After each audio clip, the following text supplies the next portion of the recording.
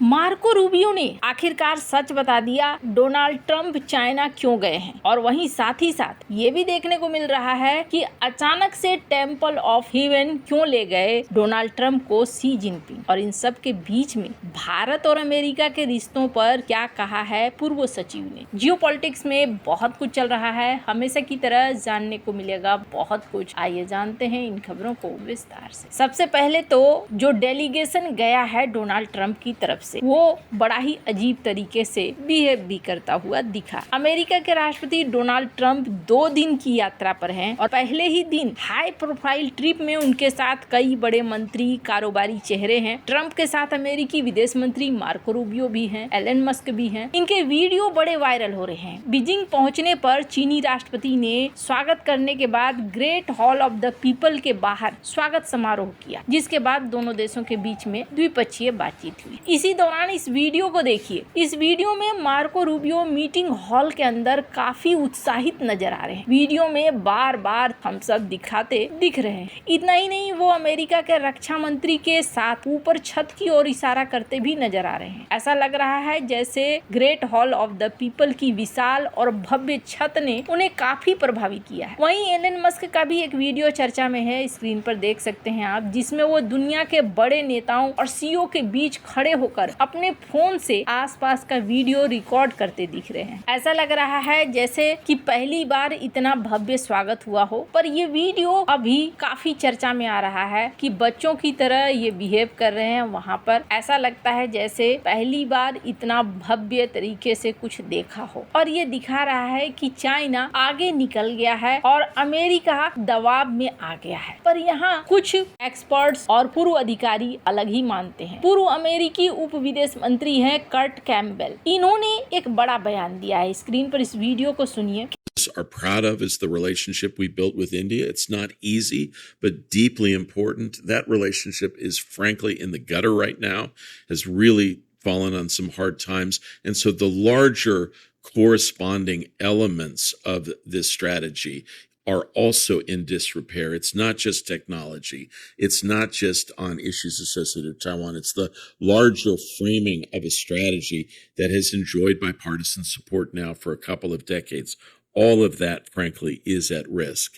And Campbell ने कहा कि भारत के साथ रिश्ते इस समय रसातल पर पहुंच चुके हैं। उन्होंने संबंधों की गिरावट के लिए गटर शब्द का इस्तेमाल किया और कहा कि ये रिश्ते बहुत मुश्किल दौर में पहुंच गए हैं। कैम्पबेल ने बाइडेन प्रशासन के दौरान भारत को लेकर अपनाई गई रणनीति की तारीफ की थी। कैम्पबेल ने कहा कि भारत के साथ हमने जो रिश्ता बनाया था वो आसान नहीं था, लेकिन बहुत अहम था। अब वो रिश्ता गटर में पहुँच गया है। ये सचमुच बहुत मुश्किल दौर में आ गया है। कर्ट कैम्पबेल को वो शख्स माना जाता है जो बाइडेन प्रशासन के दौर में भारत और अमेरिका के संबंधों को बनाने में इन्होंने बड़ी अच्छी भूमिका निभाई थी। उन्होंने बाइडेन प्रशासन की भारत को लेकर रणनीति की तारीफ करते हुए कहा कि बाइडेन कूटनीतिक तौर पर ज्यादा सफल थे। उन्होंने ये भी कहा कि इस नजरिए से काफी अच्छे नतीजे मिले। इसके साथ ही कैम्पबेल ने अब चिंता जताई कि जिस तरीके से राष्ट्रपति डोनाल्ड ट्रंप कर रहे हैं वो असरदार कूटनीति से अब बाहर हो गए हैं। ये पहली बार नहीं है जब कैम्पबेल ने भारत को अमेरिका के लिए एक जरूरी सहयोगी कहा था। हाल ही में उन्होंने एक टिप्पणी में भारत को 21वीं सदी में अमेरिका का सबसे महत्वपूर्ण रणनीतिक साझेदार भी बताया। हडसन इंस्टीट्यूट के एक कार्यक्रम में उन्होंने कहा कि मेरा मानना है कि 21वीं सदी में अमेरिका के लिए सबसे महत्वपूर्ण रिश्ता अमेरिका और भारत के बीच का है। इसी कार्यक्रम में कैम्पबेल ने यह भी कहा था कि क्वाड समूह के पीछे अगर मुख्य ताकत की बात करें तो मुख्य ताकत अमेरिका नहीं है बल्कि भारत है। उन्होंने चारों देशों के बीच साझेदारी को आकार देने में भारत की भूमिका पर जोर दिया था। उन्होंने बताया कि राष्ट्रपति बाइडेन ने 1 घंटे से भी ज्यादा समय निकालकर पीएम मोदी को क्वाड में शामिल होने के लिए मनाया था। कैम्पबेल ने कहा कि क्वाड के लिए पर्दे के पीछे से काम करने वाला मुख्य देश अमेरिका नहीं था, वो ऑस्ट्रेलिया नहीं था, जापान भी नहीं था, वो भारत था। लेकिन अब यहाँ पर डोनाल्ड ट्रंप अलग रवैया अपना रहे हैं। लेकिन इस रवैये का क्या मतलब है? मार्को रूबियो ने एक बयान दिया है, इस बयान को सुनिए। Yeah, it's both our top political challenge geopolitically, and it's also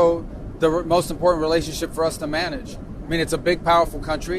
It's going to continue to grow, but we're going to have interests of ours that are going to be in conflict with interests of theirs.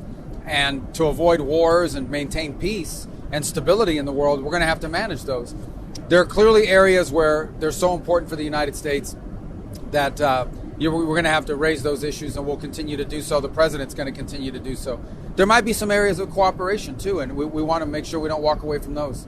Marco Rubio ने इस बयान में कहा कि हाँ, China हमारा सबसे बड़ा दुश्मन है, लेकिन ये भी बड़ी बात है कि चाइना के साथ हमारे रिश्ते बहुत खास हैं और ऐसे में हम चाहते हैं कि एक संतुलन बना रहे ताकि युद्ध की नौबत ना आए, एक स्टेबिलिटी हो, कोई किसी के ऊपर हावी होने की कोशिश ना करे। तो इस बयान से एक चीज तो जरूर समझ में आता है, मार्को रूबियो यहाँ बता रहे हैं कि असल में क्या चाहते हैं ये। अब पहली बात मैं आपको बता दूं, ईरान युद्ध में अमेरिका फंस चुका है और अमेरिका को ईरान युद्ध से निकलना है। डोनाल्ड ट्रंप भले कुछ भी कहें, लेकिन मार्को रूबियो ने इसका संकेत दिया और मार्को रूबियो ने इस बात को कहा भी कि हम चाहते हैं चाइना की ईरान मामले में भूमिका थोड़ी ज्यादा हो, यानी वो चाहते हैं कि ईरान मामले में इस लड़ाई को खत्म किया जाए। तो अभी एक रास्ता तलाशा जा रहा है। वहीं सबसे अलग बात आपको बता दूं, मार्को रूबियो इनकी एंट्री चाइना में मार्को लू के नाम से हुई। क्योंकि इनके ऊपर चाइना ने प्रतिबंध लगा रखा है, पर चूंकि अब ये एक विदेश सचिव बन चुके थे तो ऐसे में इनको